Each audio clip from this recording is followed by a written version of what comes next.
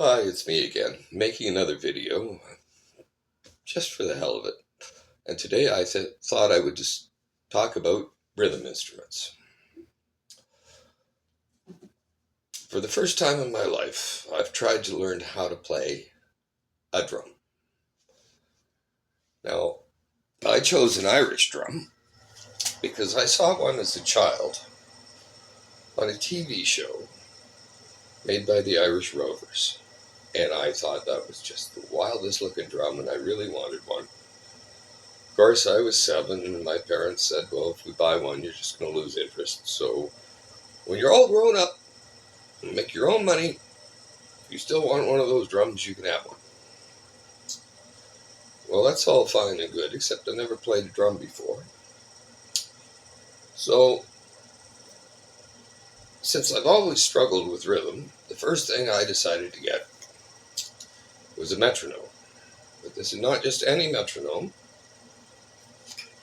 It comes with a smartwatch. So if you don't want the tick, tick, tick of a metronome showing up on your track, the smartwatch will pulse the rhythm to you.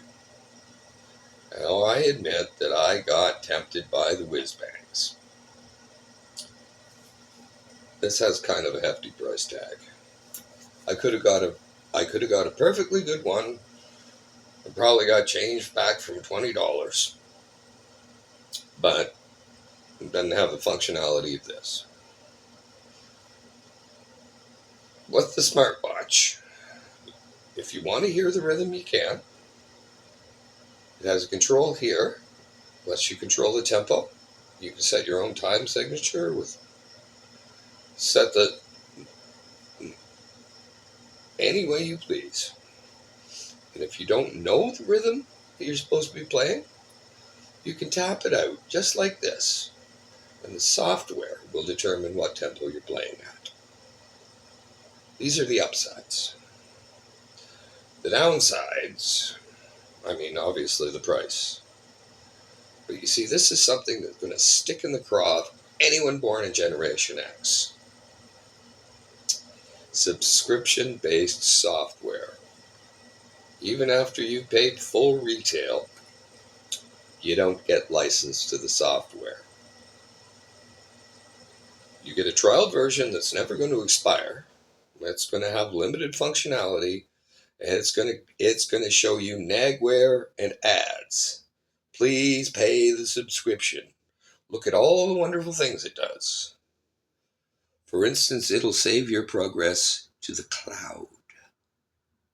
Kids, when you say you save something to the cloud, it means you're saving something to somebody else's computer. Why not save it to your own? SD cards come in terabytes now. They're not expensive, not hard to find. You can store anything you want. By God, I don't think you'd fill a terabyte in one lifetime. The next thing, and this is a failing of Android software, is it has intuitive features that sometimes do the most ridiculous things. I don't know why I'd ever want that. Let's just say I wanted to record myself playing any instrument, set myself a tempo, a time signature on this. The instant I hit the camera, it throws out all the rhythm that I've programmed into it, tosses it right out the door, randomly picks a song from my CD library, and plays it, along with a warning coming up: please do not upload someone else's material to the YouTube, or whatever. Please don't step on other people's copyright claims. Well, I can't go back to the rhythm I actually wanted to record. And now that I know, since I listen to CDs on random play, the next song coming up is going to be Don't Stop Believing by Journey. Well, isn't that nice? But that's not the song I wanted to play. Anyway, enough ranting. There's good and bad to everything. The next thing, And I've taken notes that I don't speak a word of Gaelic. So I'm going to have trouble with these names. And because of that, I'm going to show you the proper spelling. Rari Glashi is where I took my first lessons. Yeah, you can read that. The Bodrin channel. Everything you need to know. All of the rhythms, all the different techniques. Beautiful. From him, I learned that when you take your drum, you put it on your leg, tuck it behind your elbow. Your hand goes on the top of the drum, and you use the crossbar to hold it firmly in place. And then you just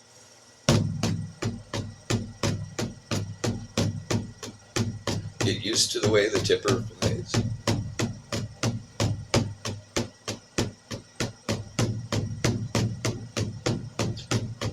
Now you can say it, you can play it, so he's going to tell you, if you want 4/4 time, just say Piccadilly, Piccadilly, Piccadilly, Piccadilly.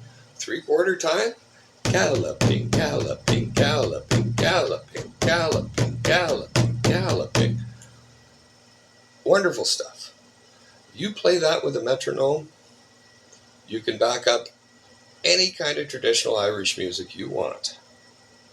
I mean, as far as the ornamentation and such, that's a little bit above my pay grade for someone that's only been playing for 6 months.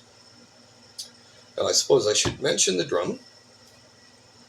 This is a traditional Irish drum from Walton's Music, Dublin, Ireland. Made of very good quality, completely traditional instruments. That's the good part. Also, the price wasn't really very hard to swallow either. The downside is it is a completely traditional instrument, just like you would buy in 1922 when the company was established. Had I known before I bought this that for just a few dollars more I could have bought a tunable Bowron. This one has a natural goat skin. It needs to be conditioned and worked in before it sounds like it should. I got conditioner. You also have to play it for quite some time. Well, let's see if I can do this. You hear how it sounds scratchy? I mean, when it was new, that's kind of what it sounded like when I played it. And I'm told that they need to be worked in, and they're very sensitive to humidity. It's winter, I've got electric heat. If I don't keep moistening this, it's going to dry out, tighten up, and it's going to split the drum head. And I don't want that. I should have bought the tunable Bodrin, however you pronounce it. Now let's move on a little bit from that. Other noteworthy musicians. Nicole Fig has the same sort of lessons, except a completely different playing style. I decided to stay with Rory Glashtain's method until I can, come up with a reason to do things differently. And the first thing I did was take the way he told me to properly hold a bower and throw it right out the window. Because I like to play in backyard jams and in the park, and I found out that I can accomplish the same thing if I cross my legs at the knee, lean it back a bit so I can see what I'm doing, And look, the knee, belly, elbow. Holds it perfectly stable. And see if I can get a decent push stroke going. Hear that? Boom. Yeah, that's how I accomplished that.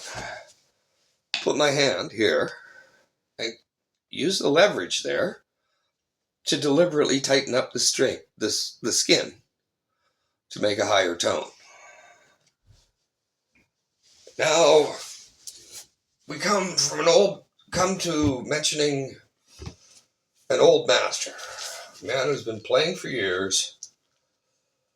Oh, I hope I'm not mangling his name too bad. Ronan Osnoda. One of the things that I noticed first of all is I didn't realize that in Ireland, some words in Gaelic just come through speaking naturally. And you can read that. Crack does not equal crack. He's not advocating drug use. And he came up with a couple of innovations. I mean, most of what he does is just way above my pay grade. He can take one of these and just in a single-handed roll, get that thing going so fast it sounds like a kitten purring. Well, that's nice for doing ornaments, but it'll be a few years. One of the things he did come up with, and he found out, years ago, people expect to hear snare drums. They're used to the sound, they want to hear it. You take a jazz brush, hold it in your tone hand, firmly against the drum head,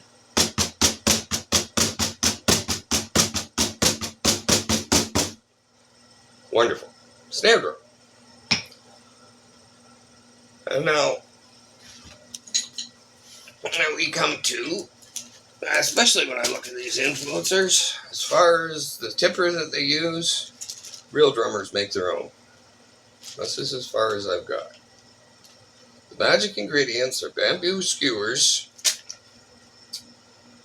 11 millimeter O-rings from the plumbing section, and hockey tape. What you do is you fill the O-rings. You make yourself an 11 millimeter drumstick. They're going to hold it in place.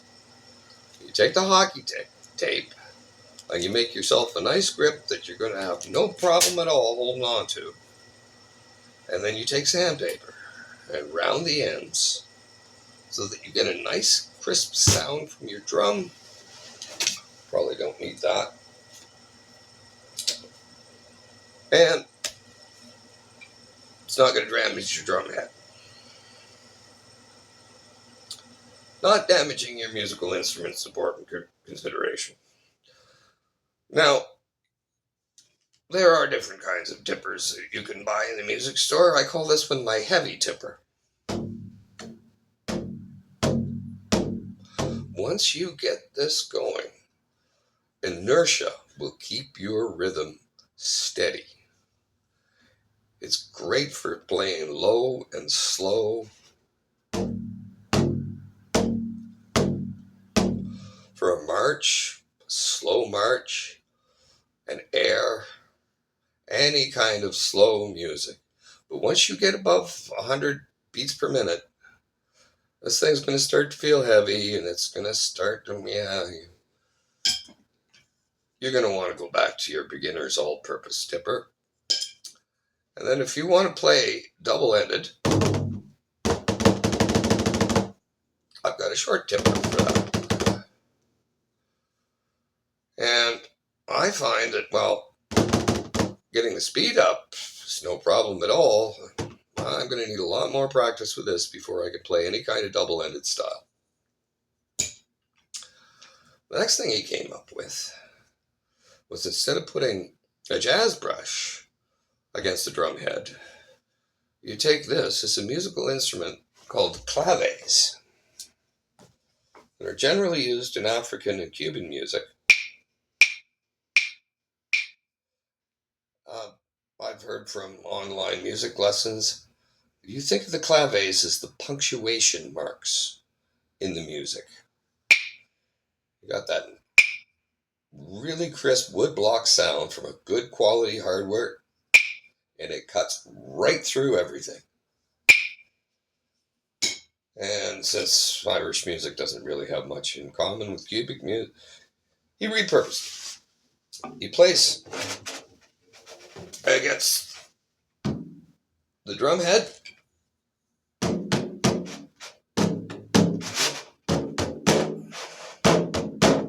You got wonderful tonal control.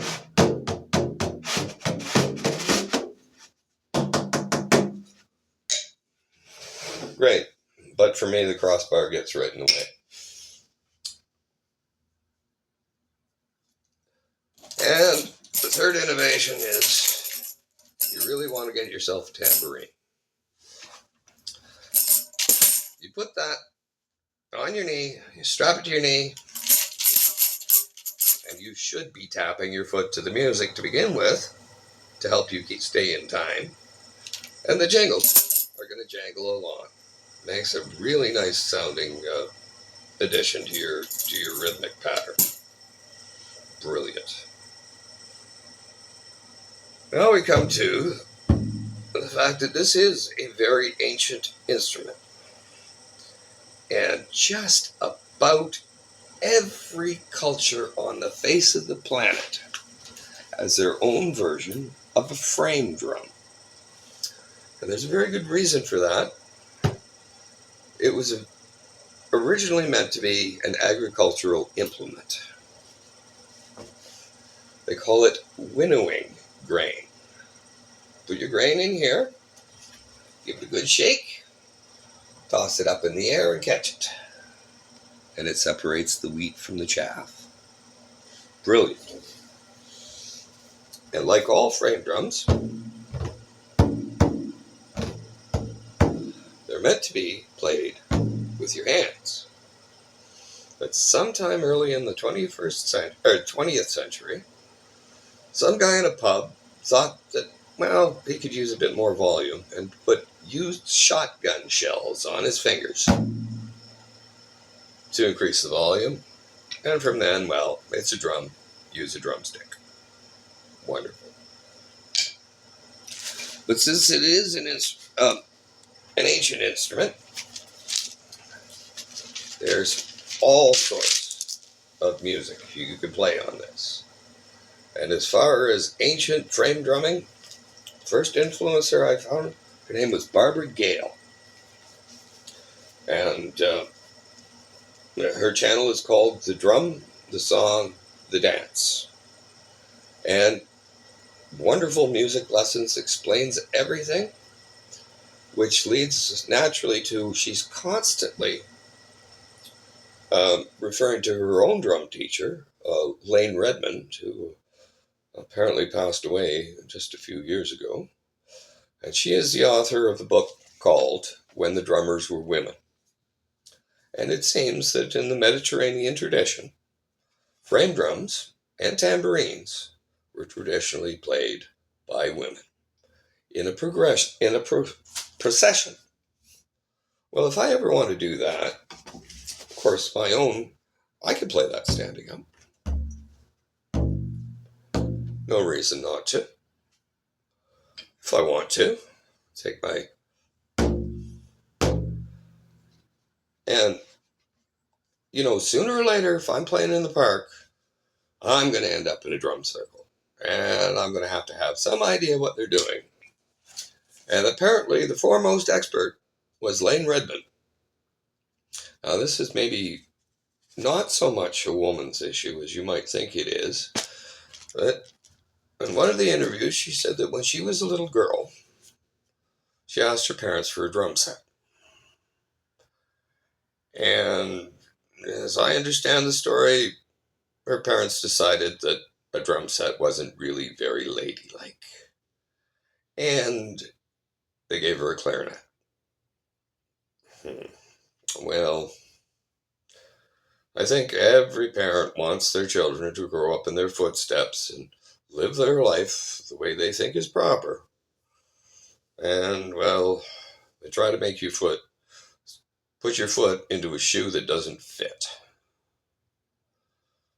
And I can't even begin to comprehend but what it must be like to be told you can't do something because it's not ladylike. But she went on to become educated, and she found an interest in ancient history. And she saw a picture, not a picture, a statue. And apparently, whatever archaeologists decided that this was, they said this is a woman holding a cake. Who the hell holds a cake this way, she thought. This is a frame drum. And, well, this, I guess, has become quite a movement in the United States. Is women holding drum circles, and, well, guess what? The native North Americans have their own version. I don't have one of their mallets, but a large resonant drum like this is what they use to keep basically a heartbeat of the music going. And that has been incorporated into the ancient Mediterranean style, and apparently they have groups all over the United States and online lessons to teach you how to do it. Wonderful. Anyway, Barbara Gale herself played the tambourine. And she'd go through her lessons and the different strokes. I don't remember what she says this one, but it represents the element of air. This? Oh, doesn't sound right on a tambourine, but any other frame drum. Well, you see, my drum head's already started to dry out, which is why I wish I had the tunable. There it is. Low and resonant. That is supposed to represent the element water. Now they say, imagine you're one of those climbing frogs with sticky pads. That's Ka, which represents the element of earth. And fire could either be tick. See if I can do this.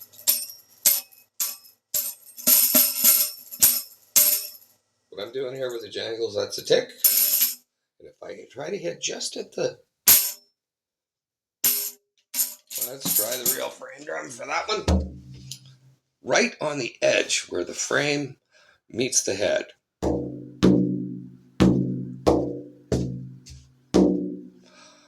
That's called a talk and represents the element of fire. And, well,